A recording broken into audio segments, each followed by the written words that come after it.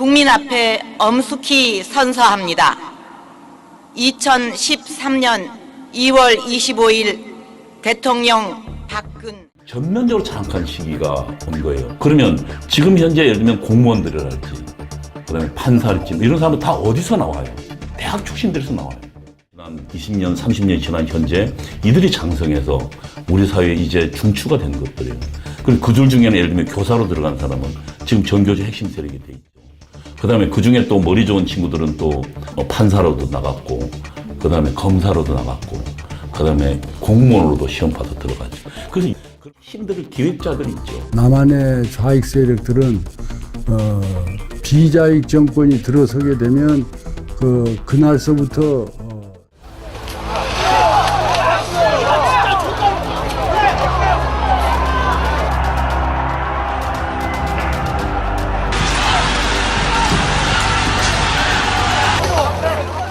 고개 숙여 사과를 드립니다.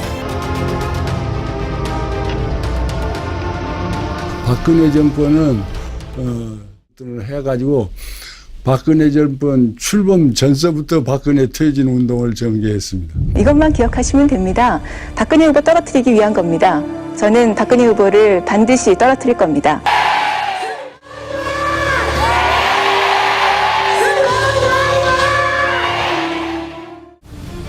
통일 대박이라는 희망찬 기대감으로 출발한 대한민국 대통령.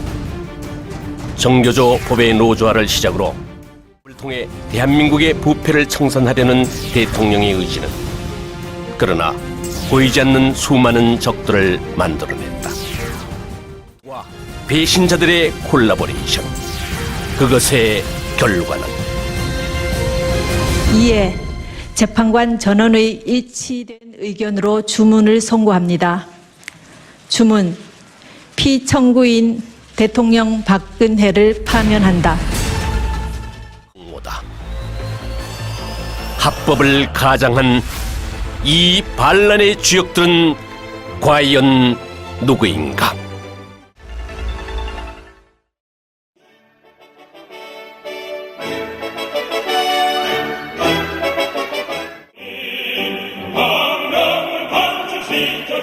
(1980년대) 말서부터 세계에서 동굴압화의 공산주의 와해 현상이 일어나서 사기가 이제 저하되었죠.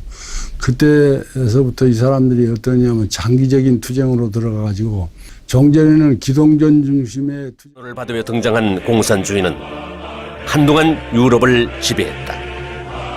그러나 이어지는 관함과 배고픔으로 인해 결국 실패했고 80년대 들어 동독과 구소련의 해체를 마지막으로 막을 내리는 듯이 보였다.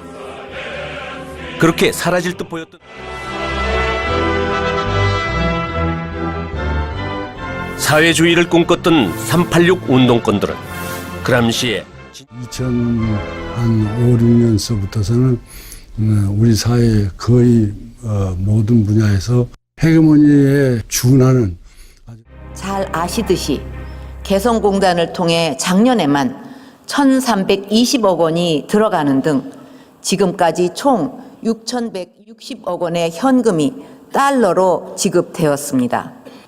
결과적으로 우리가 북한 정권의 핵과 미사일 개발을 이 피청구인 소속 국회의원들은 그 의원직을 상실한다. 정당 활동 정지 가처분 신청 사건은 본안 사건에 관한 종국 결정을 선고하였으므로 대통령은 임기 초반부터 강력한 대북 제재 프레임을 가동했다. 박근혜 정부 3년 반은 고통과 질곡이었습니다. 국민들은 약속을 지킬 것이라 철석같이 적으로 움직이기 시작했다. 주수 31조 본론 부르겠습니다.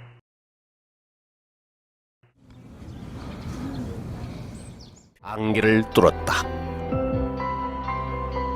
그리고 배가 여객선이 90% 이상 기울여져 있는 상태라고 합니다. 대한민국을 들끓게 한 끔찍한 소식이 들려왔다. 그런데 뭔가 이상했다. 일단 세월호는 참 의문이 많은 거. 어떻게 이렇게 일사불란하게 그쪽에 있는 애들만 다 빠져나가.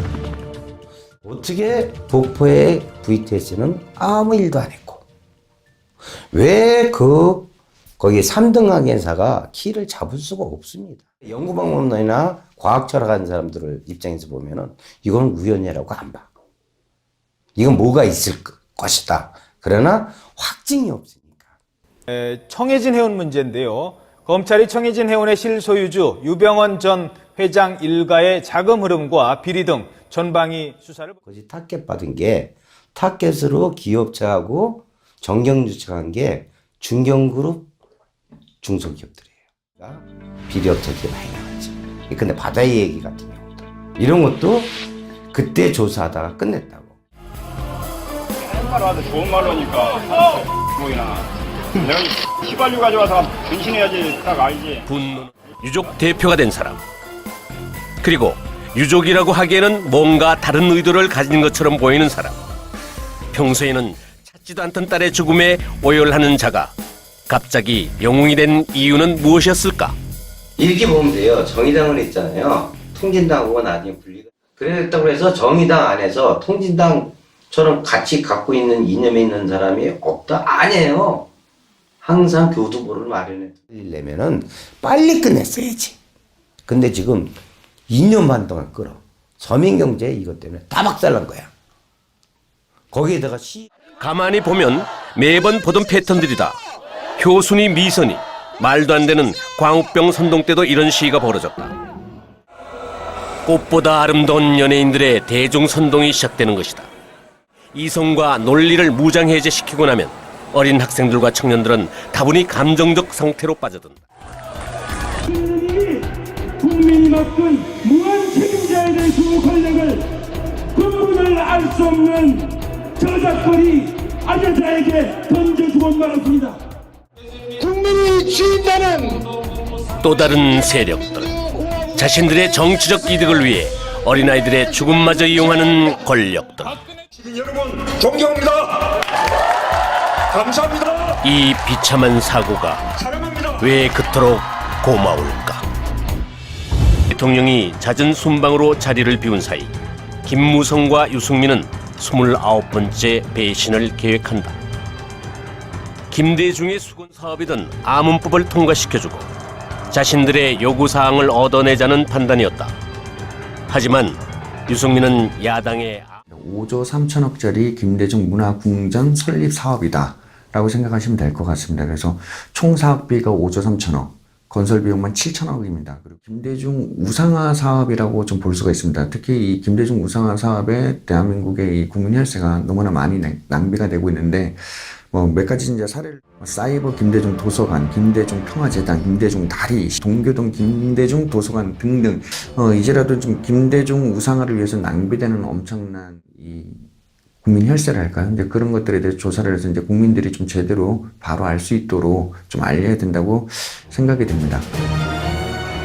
건국 대통령 여기 아시아 문화 전당에 주목되는 곳이 하나 있다. 5.18의 성지로 알려진 전남 도청 자리에 위치한 민주평화교류원. 뭐 우상화에 앞장섰던 이 김무성이나 유성민 의원 같은 경우는 이 국가와 국민 앞에 특히 국민과의 역사 앞에 반드시 좀 심판을 받아야 되지 않나라는 생각이 듭니다. 선거 수단으로 삼아서 당선된 후에 신뢰를 어기는 배신의 정치는 그들의 배신은 끝나지 않았다. 새누리당 김무성 새정치민주연합 문재인 대표가 국민공천제 오픈 프라이머리 도입에 사실상 합의했습니다.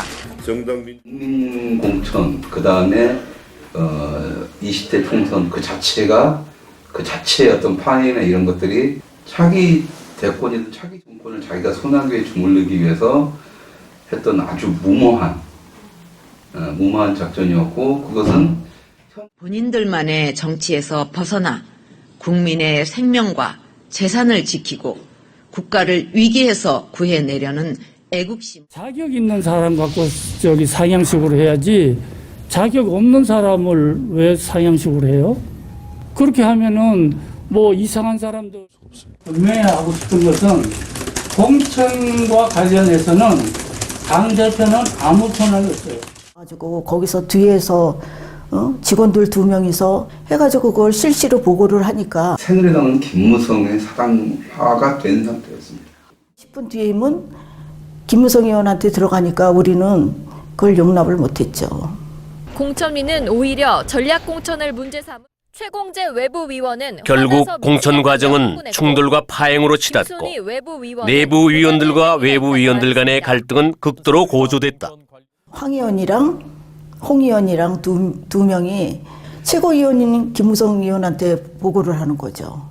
그러니까 우리는 고자질쟁이라고 할 수밖에 더 있습니까? 국민공천제를 확정한 바가 있는데 지금 현재 공관위가 하는 것이 하나는 이건 정의가 아니고 민주주의가 아니다. 불공정하게 짝이 없는 공천, 사천, 밀실 공천. 우리가 무슨 일을 할 수 있겠어요? 아마 기억을 더듬어 보시면 아실 거예요. 공천 초반에만 해도 싸우고 난리를 시점만 해도 그래도 180석 이상. 그죠? 어떻게든 깨야죠. 그 다음부터 말도 안 되는 것들이 이루어지는 거죠.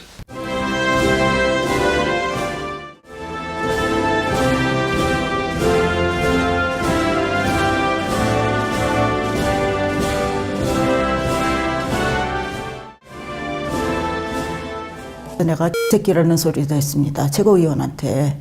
그랬더니 최고위원한테 새끼 소리가 말이 되냐고. 이번이 기회니까 김무성 내려갈 때 비상사태 걸어가지고 목소리가 사라진 거잖아요 지금.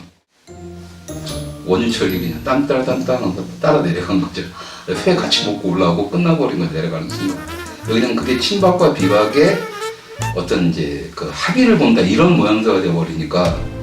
여당의 참패. 하지만 그 참패를 즐기는 자가 있었다. 공천 과정에서 가장 주목받은 인물은 탈당한 유승. 당시 공천관리위원 심사를 할 때도 보면은 그 내부 외부 다 합쳐서 현 박근혜 대통령을 지지하는 사람들이 더 많은 것처럼 보여요. 하지만 이미 외부 공관위원회에서도 한 명은 김무성이 섭외가 끝난 사람이고.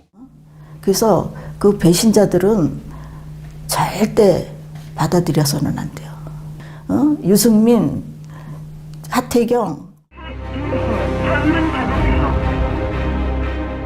보수적 엘리트 언론인들은 자신들의 위치를 그렇게 엘리트화 시키면서 메시지를 발설하는 사람으로 여기면서 여러 가지를 추잡한 걸 많이 해왔어요. 뭐 어떤 그 정치권에 거기서 뭘 자리를 얻으려고 한다든지 아니면 전 주필이 대우조선 해양 측으로부터 향을 받은 정황이 드러남에 따라 검찰이 대가성 여부를 살펴보고 있습니다. 반면에 언론 노조 쪽에서 있는 그 이념 편향적인 그 언론인들은 상당히 깨끗합니다. 오히려 그 상당히 깨끗한데 반면에 그 광복 70년 그걸 할 때에 북한의 그 남침 6.25 남침 그 담당 PD 미제의 떨거지들이 그런 소리를 한다고 당당하게 PD가 얘기를 한 거예요. 반론을. 메이저 언론들이 같이 동업을 합니다. 그래서 소위 말해서 지분을 갖죠. 그 정권에 대한 지분. 그게 이제 인사권이라든지 이런 것들입니다. 그런데 박근혜 정권은 박근혜 대통령이 그런 언론들하고 동업을 하지 않았기 때문에 언론들 입장에서는 박근혜 정권에 대한 아무런 미련이 없었던 거예요. 그러니까 이 정권이 빨리 기존의 원칙을 거스르는 원칙입니다. 근데 문제는 여러분들이 이야기하지 않아도 이미 확인되지 않은 정보들은 떠돌아다니고 있어요. 이런 식으로 뉴스의 흐름을 관리를 해야지 변화하는 미래 언론 환경에서 살아남을 수 있다고 자부합니다. 그 뒤에는 홍석현이 있었다. 그 가운데서 살아남는 방법은 매우 자극적이 되는. 글쎄 형식 아직도 뭔가 좀 민간 종사자가 잠깐만요. 지원을 하게끔 돼 있는 말씀을 잘 알겠는데요. 네네. 그건 언진 쪽의 주장이 아닙니다. 아니요, 변호사들은 그들은 다른 얘기를 하고 사실 전달이 아닌 자신들의 생각을 강요하고 주입하는 언론으로 극복하고 대한민국을 새롭게 도약시킬 2017년 체제를 구상하고 만들어야 할 때입니다. 대통령의 갑작스런 제안에 국회 권력은 당황했다. 모두들 대통령의 발언을 의심했고 자신들의 권력 유지를 위해 고민하기 시작했다.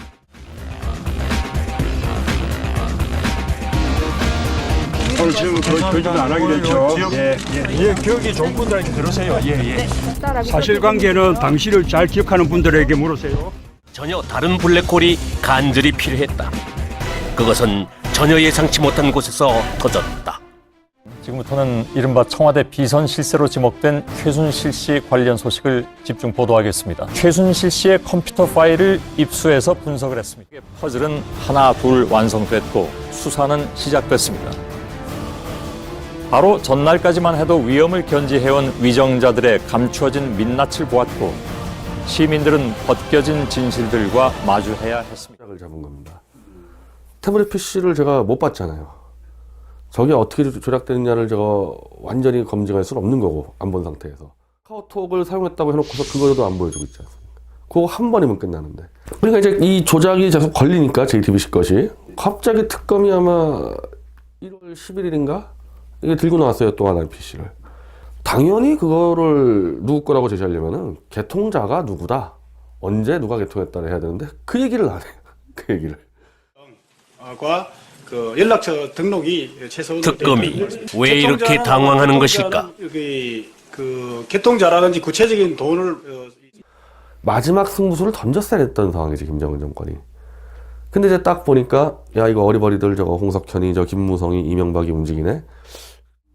고영태, 차은택 증인 두 분 다 하태경은 청문회에서 큰 실수를 한다. 그것이 정말 실수였을까? JTBC를 불러서 사람이기 때문에 손석희 사장을 불러서 증인으로 불러서 태블릿 PC 입수 경위에 대해서 정확히 확인해야 된다고 생각을 합니다. 는 탄핵할 수 없다 그랬다 분명히. 근데 이게 입수 경위가 완전 거짓말 드러났다. 다시 그때는 국회 청문회 하고 있던 중이에요. 이제 손 사장 다시 불러라. 와, 내보내고. 왜냐하면 그때 이제 태블릿 PC 조작론이 막 나오고 있었거든요. 그게 손석희 사장이 확 거짓말 보도해가지고. 어쩌면 태블릿 PC 따위는 필요 없었는지도 모릅니다. 대통령 탄핵안이 국회에서 가결되던 그날 저는 앵커 지금 당장 대진하라! 하태경의 실수를 덮으려는 듯 손석희는 가짜 뉴스들을 남발하기 시작하며 여성 대통령에 대한 그들은 세상을 착시에 빠지게 하려다가 혹 자신들이 착시에 빠져버리는 것은 아닌가. 환자가 되어갔다. 네, 이번 사건에는 그럼 언론들이 왜 그렇게 광적으로 말려들었느냐. 아주 재밌는 흥미거리는 요소가 많습니다. 우선 구중궁궐의 비사 같은 느낌을 주죠. 그래서 일반 대중의 흥미 만점입니다. 광장은 끔찍한 야만의 현장으로 변해갔다. 국민을 리플리 증후군 환자로 만든 JTBC 홍석현. 그가 원한 것은 무엇이었을까?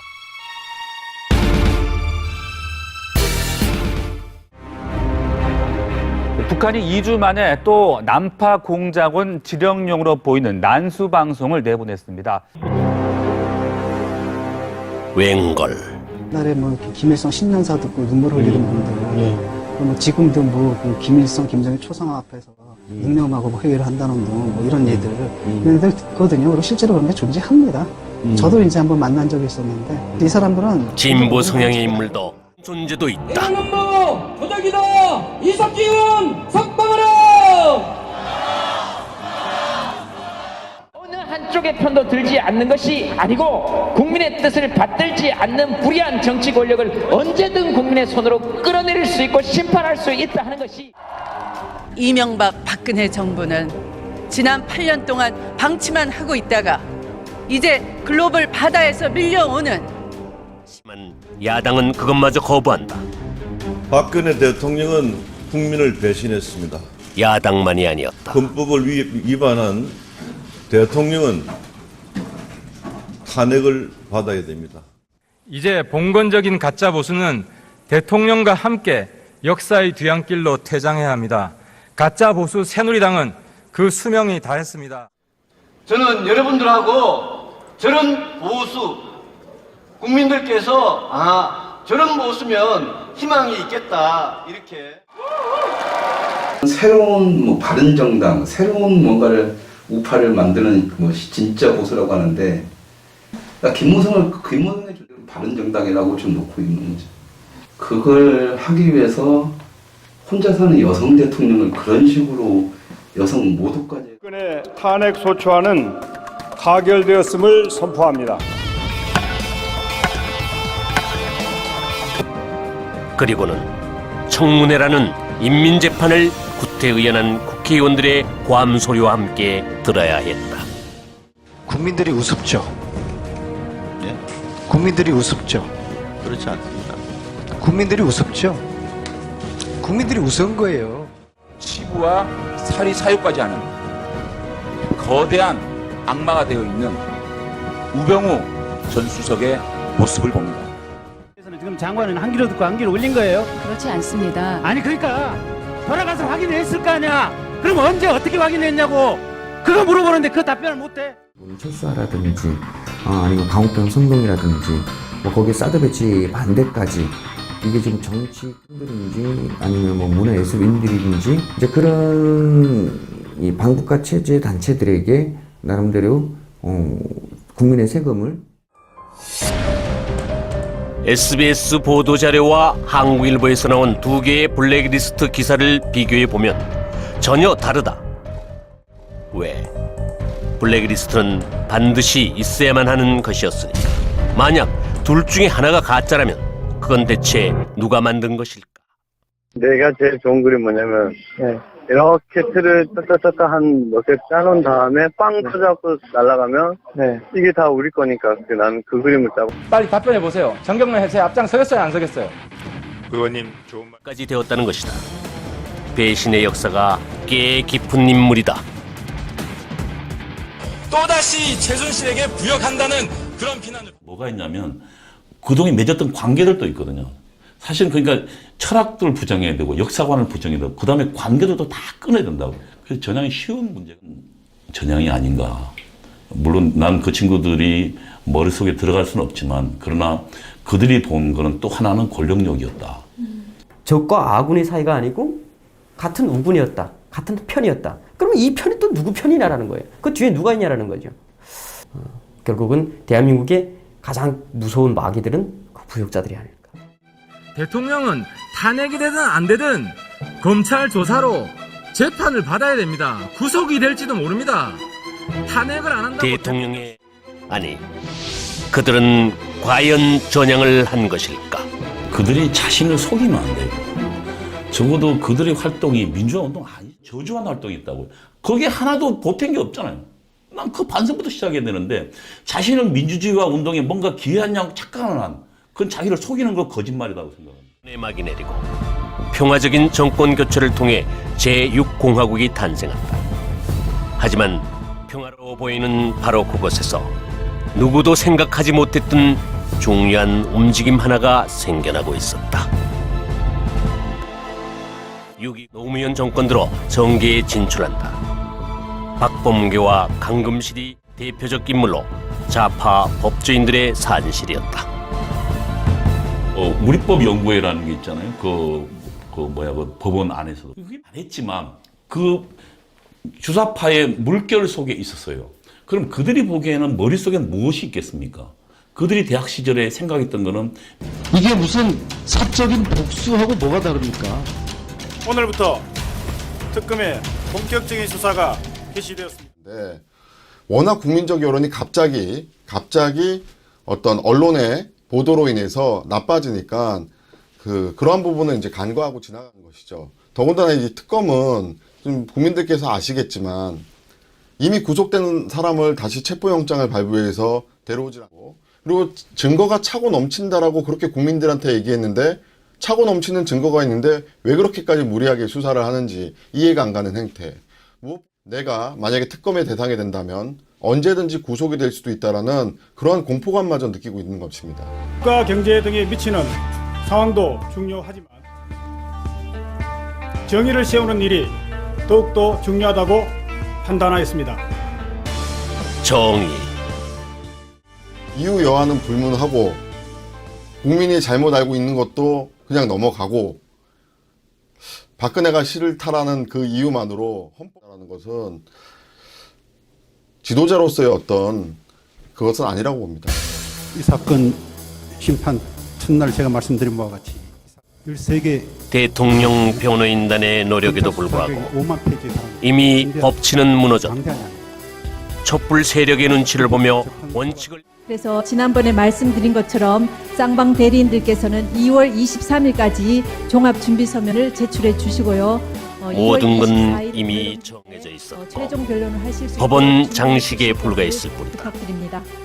대통령 변호인단의 최후 변론은 절규에 가까워 피청구인의 법 위배 행위가 헌법 질서에 미치는 부정적 영향과 파급 효과가 중대하므로 피청구인을 파면함으로써 얻는 헌법 수호의 이익이 압도적으로 크다고 할 것입니다. 이에 재판관들이 전원을 8인 재판관 전원 일치로 탄핵 인용이 아닌 파면이라는 정치적 결정으로 박근혜 정권의 운명은 끝을 맺었다. 미치는 부정적 영향이 크다고 판단했습니다. 예우를 뒤에서 바로 나가는군요. 지하 주차장에서 바로 있는 모습인데 예전에 전직 대통령들 그리고 역대 미리 혹시나 가능성을 보고 미리 가 있은 게 아니라 경찰 병력들도 보이고요. 또 많은 지지자들이 모여 있는 것 같은데. 지금 박근혜 대통령 후송 차량입니다. 법치가 무릎을 꿇었다. 그렇게 자유 대한민국이 무너져 내렸다. 그들의 손에 의해 대한민국을 만들었던 태극기는 불타고 그람시는 자랑스러운 반 대한민국의 부역자들 앞에 박수를 보낼 것이다. 임자, 나야. 베트남을 기억하나? 지금 작금의 대한민국을 보면 대중들을 선동했지. 베트콩이 승리하고 놈들이 제일 처음 한 게 그런 부역자들을 처형하는 것이었어.